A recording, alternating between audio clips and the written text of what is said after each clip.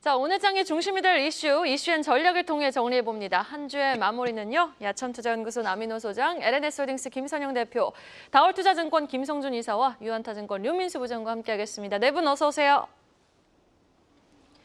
자, 2,900포인트 고지를 바라보고 있는 코스피 연중 최고치로 역대 최대 시가총액 사이즈 기록을 경신하고 있는데요. 자, 이렇게 랠리를 펼치고 있는 가운데 대형주들의 상승 속도가 중소형주를 압도하는 쏠림 현상은 점점 깊어지고 있는 것으로 나타났습니다. 사실 지수만 연고점이지 자세히 들여다보면 하락 종목 수가 더 많은 시장, 개인들은 아주 철저히 소외되어 있는 시장인데요. 우리 투자자분들 어떤 전략 가져가면 좋을지 남인호 소장께 들어볼게요. 네, 사실은 제가 저희 머니플러스의 이 코너에 출연해가지고 여러 번 강조를 드렸습니다. 주식시장의 정의를 다시 한번 말씀드립니다. 주식시장이라는 것은 돈을 많이 버는 기업에 공동 투자를 해서 그 수익을 배분하는 시장이다. 저는 이렇게 봅니다. 여러분, 물론 방금 이 앵커 말씀대로 최근 한 3개월 정도 보니까는 올라가는 것만 올라가고 내려가는 것은 거의 바닥을 모르고 끝없이 하락하는 모습 많이 봤습니다. 그런데 좀 더 근본적인 문제를 말씀드려볼게요. 여러분, 주식시장은요 어떻게 움직이는 것이냐면 어느 기업을 돈을 많이 벌었는가, 이게 답입니다. 무슨 가능성이 어떻고 뭐 신물질이 어떻고 신약이 어떻고 이게 문제가 아니고 그래서 돈을 얼마 벌었다는 것이지, 여기에 항상 포커스를 맞추시는 그런 현명한 투자자 되시길 바라겠습니다. 자, 답을 말씀드릴게요. 지금 우리가 시가총액 10위권, 저는 주로 그 안에서 여러분께 많이 말씀드리는데 시가총액 10개가 지금 총 2,800개 기업이 있지 않습니까? 코스피, 코스닥 합쳐가지고 그중에 상위 10개가 벌어들인 돈이 전체 2,810개가 벌어들인 돈의 몇 퍼센트가 될 것 같습니까? 한 10%나 20% 될 것 같습니까? 아닙니다. 60%가 넘습니다. 다시 말해서 지금까지 주식시장에서 대형주 삼성전자, 현대차, 하이닉스만 왜 걔들만 올라가냐, 이게 아니고 좀 더 냉정하게 정확히 말씀드리면 아직도 그들이 벌어둔 돈이 비해서 주가는 덜 올랐다. 저는 이렇게 말씀을 감히 드리고 싶습니다. 자, 그러면은 앞으로도 계속 그럴 것이냐? 그렇지 않습니다. 오늘 새벽에 저는 분명히 봤는데요. 나스닥 시장이 거의 큰 폭 하락했죠. 반면에 러셀 2000 어떻게 됐습니까? 3% 급등 보였습니다. 많은 분들이 나스닥이 우리 코스닥이랑 비슷하다는데 전혀 그렇지 않습니다. 미국 나스닥하고 우리 코스닥은 거의 상관이 없다고 보시면 되겠고, 우리 코스닥은 미국의 러셀 2000하고 상당히 유사합니다. 그리고 미국 나스닥은 대한민국 코스피 시장, 흔히 말하는 거래소 시장이랑 거의 똑같다라고 저는 봅니다. 네, 빅테크들이 이제 나스닥에 상장이 돼 있으니까요. 그렇죠. 자, 그래서 이제 결론입니다. 오늘 나스닥이 그렇게 큰 폭의 조정을 보이고 그걸로만 끝났으면 재미가 없을 텐데 러셀이 급등 보였습니다. 이 얘기는 무슨 얘기냐? 그동안 3개월 동안 정말 참 어려운 과정을 거쳤던 우리 중소형주들이 어쩌면 오늘부터는 이제 머리를 들 기회가 온다라고 말씀드리겠고, 어제 제가 분명히 말씀드렸죠. 포트폴리오 조정하는 겁니다. 오늘부터는 이제 새로운 달의 시작입니다. 8월 옵션이 시작되거든요. 그래서 제가 그동안 삼성전자와 하이닉스의 비중을 15, 15 뒀는데 이걸 분명히 말씀드립니다. 삼성전자를 20으로 올리고 하이닉스는 15에서 5% 줄여가지고 10%만 가지고 계시고, 그리고 현대차 10%, 기아 10%, 그리고 현금 20%, 이 구조로 가신다면은 앞으로 뭐 한 달 정도 지수가 조정 보이더라도 우리 머니플러스 시청자분들 수익은 그렇게 나쁘지 않을 것이다라고 정리 드리겠습니다. 네, 알겠습니다. 코스피 3,000피 넘어서기 위해서는 대형주 쏠림 현상이 조금 완화될 필요도 있겠습니다. 다만 확실한 실적과 주가 모멘텀 확보한 종목에 주목해 보시라, 이런 또 조언도 들어봤습니다.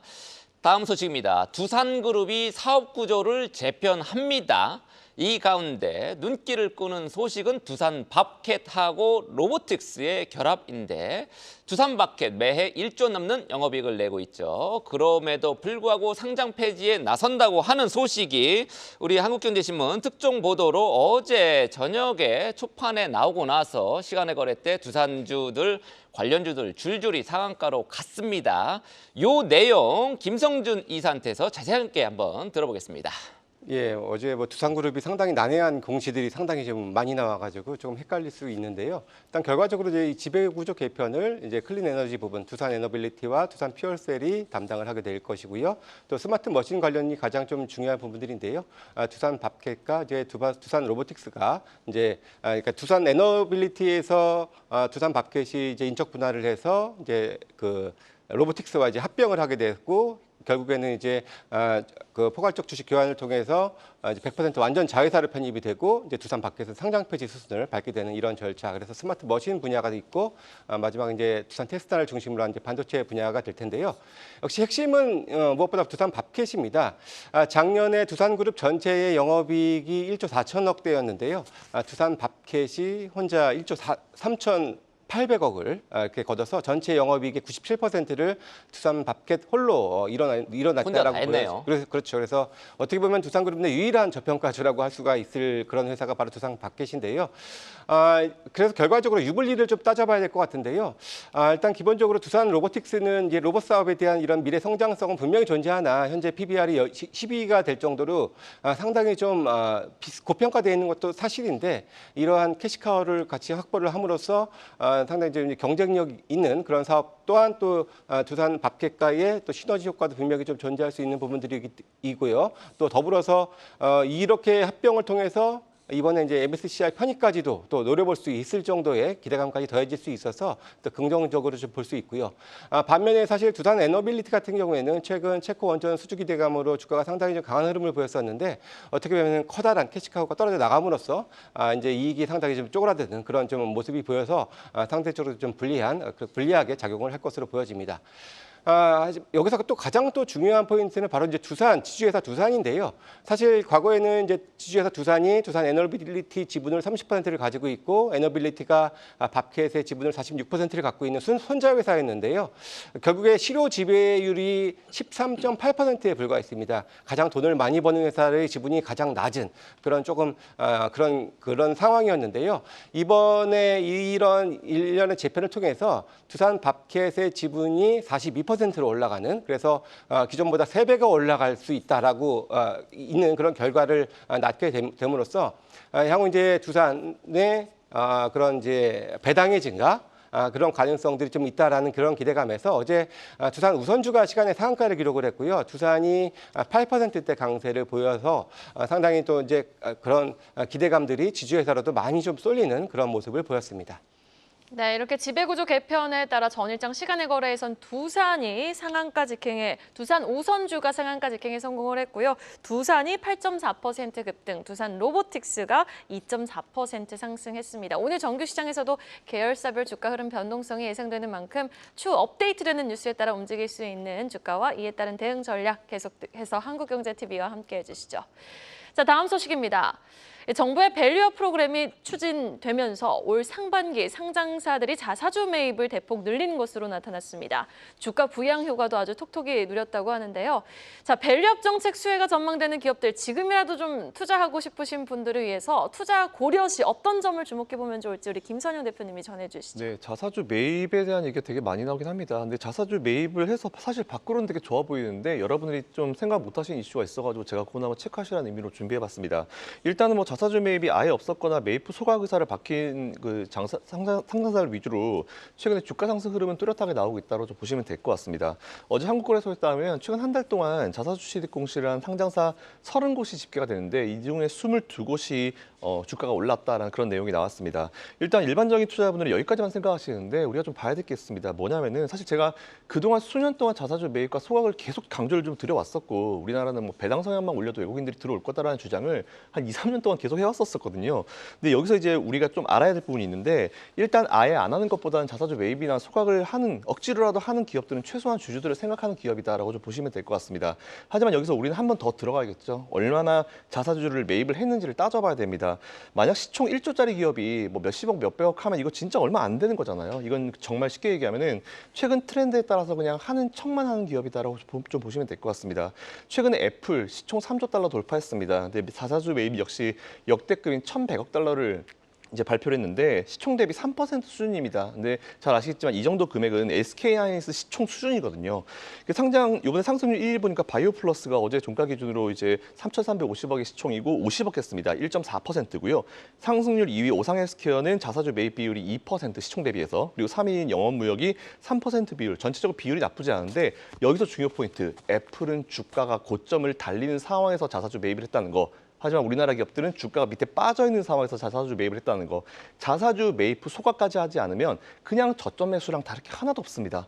그래서 오히려 저는 애플의 어떤 케이스를 따라서 우리나라 기업들도 주가 빠바방 올라갈 때 자사주 매입하면 오히려 더 범핑한 효과가 있습니다. 예를 들어서 지금 우리나라 자사주 매입하는 기업들의 주가 상황을 한번 보세요. 밑에 빠져 있는 기업이 자사주 매입만 한다면은 이건 저가 매수랑 다를 게 하나도 없습니다. 자사주 매입과 함께 소각이 꼭 이루어져야 된다는 말씀을 다시 한번 드리겠습니다. 예, 저가 매수 목적도 뭐 있겠죠. 우리나라 뭐 경영권 좀 방어 차원에서 자사주 매입도 많이 하니까요. 어쨌든 우리 김성현 대표 얘기는 자사주 소각이 큰 이슈이기 때문에 소각까지 꼭 확인을 해봐야 된다. 이렇게 얘기를 해줬습니다. 밸류업에 대한 투자자들의 기대가 매우 크죠. 주주 환원을 위해서 기업들이 다양한 노력을 해주시기를 바라겠습니다. MSCI 지수 변경.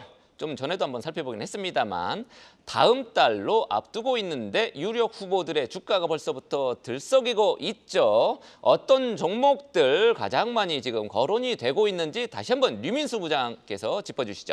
예, 뭐 MSCI는 이제 모건 스탠리 자회사죠. 그래서 모건 스탠리 캐피털 인터내셔널 그 앞자를 딴 거죠. 그래서 여기 이제 주목하는 이유는 뭐 다 아시다시피 이쪽이 추정하는 게 한 13조 달러입니다. 그래서 미국계 자금은 펀드 자금은 한 95%, 그다음에 글로벌적으로 한 30%를 이쪽으로 좀 추정을 하기 때문에 당연히 이 지수에 편입이 되면 패시브 자금은 당연히 들어오고요. 그 규모의 차이가 있을 뿐이고, 두 번째는 아무래도 업황이나 이제 이슈 등으로 이제 실적 뭐 여러 가지로 이제 주가가 올랐고 그 후보군들이 등장하고, 근데 이런 어떤 MSCI 추가 편입 기대감 때문에 또 추가적으로 급등하는 상승하는 모습을 좀 많이 봤기 때문에 특히나 이제 5월에 이제 그런 대표적 종목이 알테오젠, HD 현대일렉트릭, 그다음에 이제 엔캠 이렇게 좀 보았을 겁니다. 그래서 일단은 2, 5, 8, 11로 보시면 되는데 이번에 이제 8월이죠. 이제 분기 변경일인데 핵심 조건이 이제 시가총액 4조 5천억, 그다음에 유동 시가총액 1조 5천억인데 뭐 시가총액은 뭐 발행 주식수에 이제 주가 곱한 거고, 유동 시가총액은 유동 주식수에 이제 주가 곱한 거죠. 근데 이 유동 시가총액이 조금은 중요합니다. 그래서 요 변동성이 있을 수 있는 부분이에요. 그래서 결국 주가의 활발한 움직임을 측정하는 지표이기 때문에 주가의 어떤 변동성이 있을 수 있겠다라고 좀 보시면 될 것 같은데, 결과적으로 MSCI 정기 리뷰 같은 경우는 시장 흐름을 잘 추적하기 위해서 이제 시가총액이 커진 종목을 우선 편입하는 부분이거든요. 그래서 시가총액이 커져서 중요해진 종목을 편입한다. 이렇게 되면은 지금 이 구간에서 가장 유력한 종목은 LS 일렉트릭이 될 수 있겠고요. 나머지 뭐 후보군은 뭐 두산 로보틱스, LS 삼천당제약, 삼양식품, LIG 넥스원, 뭐 현대로템 중인데 아무래도 LS 일렉트릭 현재 이제 시가총액이 6조 7천억 원, 유동 시총이 지금 3조가 훌쩍 넘은 상태이기 때문에 가장 좀 무난해 보이는 상황이다, 이렇게 보시면 될 것 같아요. 그래서 결국은 이제 그 심사일이 한 18일부터 30일 요 기간에 이제 하루를 정할 건데 그 어떤지는 모릅니다. 어느 날을 택할지는 랜덤이고요. 그래서 일단은 국내시장에서 지난 8월이요 MSCI 편입 종목 상당히 올랐어요. 근데 단기 고점 형성하고 막상 편입이 된 다음에 주가가 하락하는 측면도 있었거든요. 근데 5월 그 편입 종목 세 가지 종목을 본다면은 엔캠은 좀 떨어졌고 현대일렉트릭하고 알테오전은 주가 공고하죠. 이게 다 실적하고 결과적으로 궁극적으로 업황 선반영도 하고 막 이렇게 예, 해요. 그렇습니다. 이렇게 좀 잘 참고하시면 될 것 같습니다. 네, 5월 MSCI 편입 때처럼 그때 변동성을 확대했던 종목들의 움직임 주시해 보시면서 우리 또 8월 MSCI 투자 전략에도 잘 좀 대입을 해보면 좋을 것 같습니다. 계속해서 가장 빠른 리포트도 확인해보고 오시죠. 박정원 캐스터입니다. 오늘 아침에 나온 리포트 정리해드리는 가장 빠른 리포트 앤 공시 시간입니다. 어느덧 이번 주 마지막 거래일인데요. 오늘은 2분기 시장 예상치 상회를 기대하는 실적이 전망되는 기업들을 중심으로 목표가 상향 조정 리포트들이 나왔습니다. 신한투자증권은 LG디스플레이 목표가를 올려 잡았고요. NH투자증권은 CJ제일제당의 실적과 밸류에이션이 모두 좋다면서 목표 주가를 9% 상향 조정했습니다. 이어서 금융주 안에서는 키움증권, 제약바이오 안에서는 셀트리온을 주목한 리포트 리포트들이 등장했습니다. 한편 하향 조정 리포트로는 하나증권이 HMM에 대한 투자 의견 중립을 유지한 가운데 전환 사채로 인한 주주 가치 희석을 감안해 목표가를 하향 조정했습니다. 그리고 KB증권은 삼성 SDI에 대해서 업황부진의 여파는 피할 수 없었지만 그럼에도 지금 너무 싸다는 의견을 내놨고요. 하지만 단기적인 실적 부진을 주목하면서 목표 주가는 내려잡았습니다. 그럼 먼저 LG디스플레이 리포트부터 확인해 보시죠. 신한투자증권은 오늘 LG디스플레이에 대해서 정보기술 OLED와 모바일 OLED 생산 능력 증설, 그리고 OLED TV 출하량 증가 등 LG디스플레이가 체질 개선에 적극적인 노력에 나서면서 올해 영업 손실 축소와 내년 영업이익 흑자 전환 가능성이 전망된다고 진단했습니다. 2분기 실적 전망에 대해서는 매출액이 직전 분기보다 17% 늘어난 6조 2천억 원, 영업 손실은 적자를 축소한 2천억 원을 기록해서 시장 예상치를 상회할 것이라고 평가했는데요. 하반기에는 모바일 부문에서 주요 북미 고객사 하향 출하량이 늘어나고 또 증설된 생산 능력을 통해서 시장 점유율이 확대될 거라면서 올해 실적과 영업 손실이 모두 시장 예상치를 상회할 거라고 전망했습니다. 목표 주가는 15,000원으로 상향 조정한 모습 특징적이었습니다. 이어서 셀트리온 리포트 만나보시죠.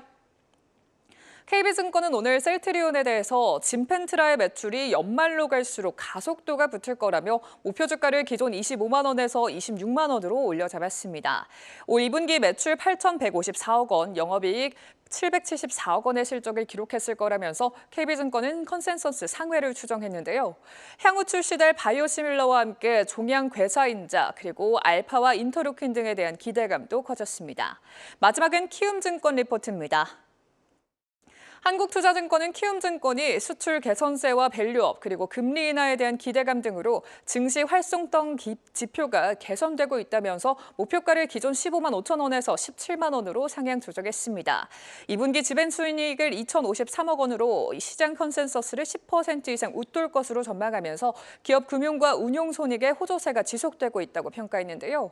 이렇게 위탁 매매 수수료와 이자 손익 그리고 운용 손익의 차별적인 개선이 두드러지고 있다고 분석한 점도 투자에 참고해 보시기 바랍니다. 지금까지 가장 빠른 리포트앤공시 박정원이었습니다. 다음 소식입니다. 미국 증시가 연일 강세를 보이고 있는 가운데 월가에서는 지금 저평가된 아시아 주식을 매수해야 한다는 조언이 나오고 있습니다. 시티은행과 모건스탠리 같은 IB들은 국내 종목 중에서는 삼성전자와 네이버, KTNG를 긍정적으로 보고 있는데 자, 투자 전략 남민호 소장님께 들어볼까요? 네.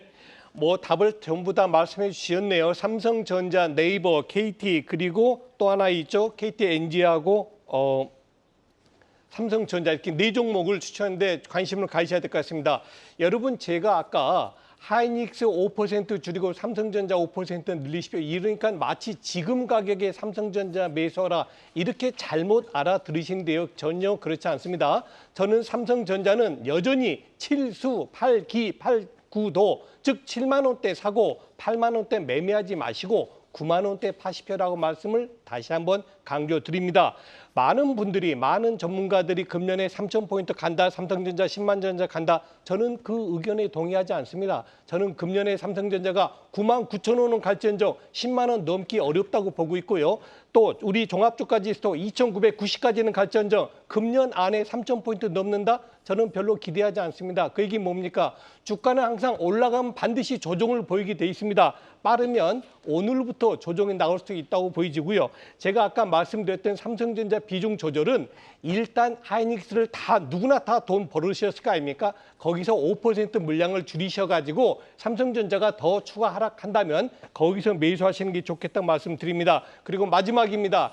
요즘 TSMC가 삼성전자보다도 자그마치 몇 배 더 시가총액이 커졌습니까? 3배입니다. 저는 그거 도저히 이해를 못합니다. 다시 말씀드리지만은 너무나 미국 좋아하지 마시고 이제는 미국 시장보다도 오히려 한국 시장에 좀 더 관심을 갖고 저평가된 우리 우량주 특히 아까 말씀드린 네이버 같은 경우는 저는 주가도 저점을 찍은 것 같고요. 시가총액 순위 어떻게 됐습니까? 지금 10입니다. 지난주에는 11이었어요. 시가총액이 올라가는 거 봐서는 네이버라든가 카카오 이런 종목들도 관심을 가지시면 좋겠습니다.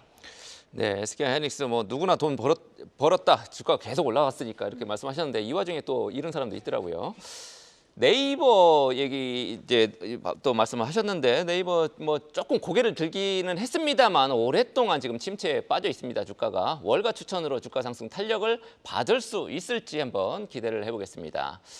자, 포스코 홀딩스가 투자한 칠레 리튬 광산에 미국 정부가 인플레이션 감축법에 따른 혜택을 결정했다. 이렇게 외신이 전했습니다. 이 같은 소식에 전일장에서 포스코 그룹주 주가가 들썩였는데 우리 포스코 홀딩스에 대해서 긍정적인 뷰를 갖고 계신 우리 맞아요. 김선영 대표한테 한번 들어보겠습니다. 네. 개가 짖어도 마찬 간다라는 그런 속담이 있습니다. 중동 속담인데요. 사실 이게 되게 유명해진 거는 바람과 함께 사라지다에서 이제 스칼렛 오하라에게 남자 주인공을 했었던 이후에 대중화가 됐었던 내용이었는데 바람과 함께 사라지다. 네, 맞습니다. 그래서 그동안 이제 저는 사실 이 얘기가 투자에 굉장히 도움이 된다고 생각합니다. 제가 그동안 뭐 M7에서 빼라고 비판을 받는 애플과 테슬라에 대한 매수 의견을 오히려 드렸었고요. 그리고 이제 반도체 미래 없다라고 비판받았던 삼성전자, SK 하이닉스, 그리고 정확히 2년 전에 이제 가상화폐 채굴기 이슈가 끝나고 나서 이제 끝났다라고 이제 하락 때문에 비판을 보였던 엔비디아 같은 기업들을 말씀을 드리면서 제가 똑같이 이 속담을 이용을 했었는데 다들 끝났다고 비판하지만 오늘도 묵묵히 저는 전달드리겠습니다. 포스코홀딩스가 투자한 칠레 리튬 광산이 미국의 인플레이션 감축 법안인 IRA의 수혜 대상이 되었다는 그런 내용이 나왔습니다. 그러면서 어제 포스코 그룹의 주가가 다 많이 좀 올랐는데요. 블룸버그에 따르면은 이제 칠레 경제개발관광부가 최근에 미국 정부와 함께 칠레산 리튬으로 만든 양극재를 탑재한 전기차가 미국의 핵심 소재 자국 생산 요건에 충족한다는 내용의 합의를 이뤘다는 그런 내용이 나왔습니다. 조만간 아마 협정 나올 것이고 이제 공식화될 것으로 예상되고 있는데 만약 칠레산 리튬에 대한 미국의 IRA 혜택이 이제 현실화되면은 국내 기업의 현지 리튬 사업도 굉장히 활발해질 것으로 보입니다. 이미 4월달에 LG엔솔과 함께 포스코홀딩스는 이제 칠레 광물공사의 리튬 추출 기술 개발을 위해서 RFI죠 정보 요청 절차를 이제 제출을 한 상태고요. 칠레 염호 개발 프로젝트에도 이미 참여 의사를 밝혔는데 잘 아시겠지만 투자자기 때문에 이게 현실화될 가능성이 굉장히 높습니다. 사실 끝났다고 비판을 받고 있긴 하지만 이제 그동안 생각해보면 미국이 2008년도 금융위기에 트라우마가 있잖아요. 근데 우리나라는 IMF에 트라우마가 있는 국가입니다. 근데 많은 기업들도 마찬가지예요. 그만큼 리스크 관리에 대해서 굉장히 예민할 수밖에 없는데 이런 대기업들이 끝났다라고 하는 산업에 지속적으로 투자한다는 게 과연 어떤 의미일까요? 진짜 끝나서 돈을 갖다 버리는 걸까요? 아니면은 시장은 끝났다라고 하지만 이 사람들은 절대 끝나지 않았다. 이게 또 새로운 산업이 또 2차 성장이 될 수 있다라고 생각하는 걸까요? 저는 얼마 전에 경기 침체가 심했을 때도 반도체 끝났다고 얘기했는데 우리나라 반도체 기업들은 투자를 굉장히 많이 해서 현재 주가가 됐다라고 생각합니다. 그래서 오히려 저는 2차 전지 관련 기업들은 좀 많이 아프시겠지만 저는 투자를 이어가야 된다는 말씀을 다시 한번 강조해드리겠습니다. 그동안 칠레에서 리튬 자원을 개발하던 국내 기업들의 사업에 청신호가 켜졌습니다. 그런데 밤사이 또 테슬라의 주가는 11거래일 연속 상승에 마침표를 찍고 크게 급락을 했죠. 이에 따른 오늘 2차 전지 관련주들이 조정이 나오면 그 조정을 이용해서 조금 어떻게 우리가 똘똘하게 전략을 정비해 볼지 여부 좀 주시해 보시면서 투자 전략 저희와 함께 해주시죠. 마지막 소식입니다. HLB를 비롯 HLB생명과학, HLB제약 등 다수의 그룹주들이 시간외에서 하한가를 기록했습니다. 급락 배경 좀 짚어주시죠, 이사님.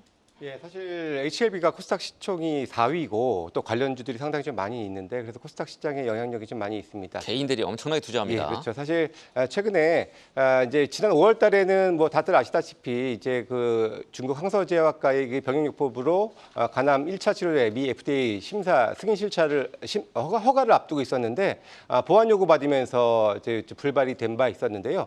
지난 7월 3일에 보면은 FDA와 그 재심사를 위해서 미팅을 거쳤다. 그리고 회사 홈페이지를 보더라도 오히려 미국 FDA가 회의 이후에 그 재심사 신청을 강력하게 권고를 했다라는 그런 의견들 그리고 보완 요구를 받았던 시설에 대한 그런 심사 후에도 이제 추가적인 보충이 필요 없다라는 아주 긍정적인 얘기들을 하면서 빠른 재개가 될 것이다라는 기대감들이 상당히 투자자들로 하여금 많이 좀 있었는데 이제 언론 보도가 있었습니다. 미국에서 10월 달경에 될 것이다라는 그런 보도 또 국내 언론도 이르면 10월이다라는 보도를 통해서 어제 시간에 좀 급락을 좀 보였었던 그런 이유가 됐던 부분들이고요. 지금 홈페이지를 보더라도 중국 항서제약과 협의 후에 늦어도 9월에서 10월경에는 서류를 제출하겠다라는 것을 목표로 하는 그런 얘기가 지금 나오고 있는 상황입니다. 물론 지난 5월 달에 그런 충격은 분명히 없을 겁니다. 아무래도 일정이 다소 지연되는 것일 뿐 그런 그 큰 문제는 없을 것이어서 5월 달에 급락이 다시 재현되지는 않을 것으로 보여집니다만은 단기적인 실망 매물은 좀 피할 수 없을 것으로 보여지는데요. 다른 바이오주들 같은 경우에도 지난 5월 달에 HLB 급락할 당시에도 대부분 시가가 2%, 3% 마이너스를 출발했습니다만은 오히려 플러스 반전하는 그런 움직임들도 나왔었거든요. 그래서 다른 바이오주들 같은 경우에는 또 특히 최근 CPI도 미국 CPI도 예상치보다 좀 하회했고 또 어제 미국이 급락했지만 바이오주들 상당히 좀 강한 움직임을 보였기 때문에 큰 영향은 없을 것으로 보여집니다. 네, HLB 단타족들 많으시죠. 지금 리보세라니 빠른 한 10월 정도는 돼야지 FDA 재승인 신청할 것 같다 이러면서 이제 10월까지는 너무 많이 남은 거 아니냐 이러면서 이제 주가가 급락을 했는데 다른 바이오주에는 제한적인 영향만 끼칠 거다 이렇게 분석을 하셨습니다. 오늘 간밤에 기술주들 많이 떨어져 조금 불안불안합니다. 조금 쫄리는데 오늘 장 개장 전에 체크해야 될 포인트 류민수 부장이 좀 정리를 해주시겠습니다. 예, 그 미 6월 헤드라인하고 코어 이제 근원 CPI 예상치 하회했죠. 그래서 상당히 긍정적인 포인트였는데 어제 전일장은 나스닥, S&P 큰 폭으로 하락했고 상대적으로 다우, 그다음에 특히 아까 소장님 말씀하신 러셀 지수가 3.76%, 3.7% 상승했죠. 그래서 그간 고금 내 어려움을 겪고 있었던 이런 중소형주가 좀 더 혜택을 받지 않을까, 이게 금리가 인하되면 그런 어떤 기대감이 발생이 된 것 같고요. 아무튼 말씀하신 대로 스몰캡 지수라 러셀, 그래서 코스닥이나 중소형 지수 우리 민감합니다. 그렇기 때문에 향후 중소형주나 코스닥에서도 온기가 돌지 이 부분 체크하시면 좋을 것 같고요. 두 번째는 이제 테슬라 로보택시 공개 연기됐죠. 8월 8일이었는데 이제 10월로 연기됐다는 소식. 이렇게 되면은 아무래도 이제 저는 2차 전지 영향은 아주 크지는 않을 것 같아요. 왜냐면은 테슬라가 11일 연속 급등할 때 우리는 그렇게 많이 올라오지 않았거든요. 그렇기 때문에 이거보다 그 부분보다는 자율주행 쪽 관련주들이 좀 조정이 있을 수 있겠다라고 생각. 연기인 거니까 만약에 또 내려가면 또 사시면 될 것 같습니다. 그리고 마지막으로 BBC가 최대 주주 변경 양도 계약 체결했는데 BBC 같은 경우 칫솔과 가정생활용품 하는데 최근에 화장품 제품까지 확대했는데 지금 보니까 주당 22,862원이어서 경영권 프리미엄 많이 얹어준 것 같아요. 왜냐하면 전일종가가 12,920원이거든요. 상당히 상승 많이 할 것 같습니다. 예, 이상입니다. 네, 이렇게 네 분과 오늘 함께했습니다. 말씀 고맙습니다. 계속해서 다양한 경제 이슈를 알고 싶다면 구독과 좋아요, 알림 설정 부탁드립니다. AI 캐스터 권미정이었습니다.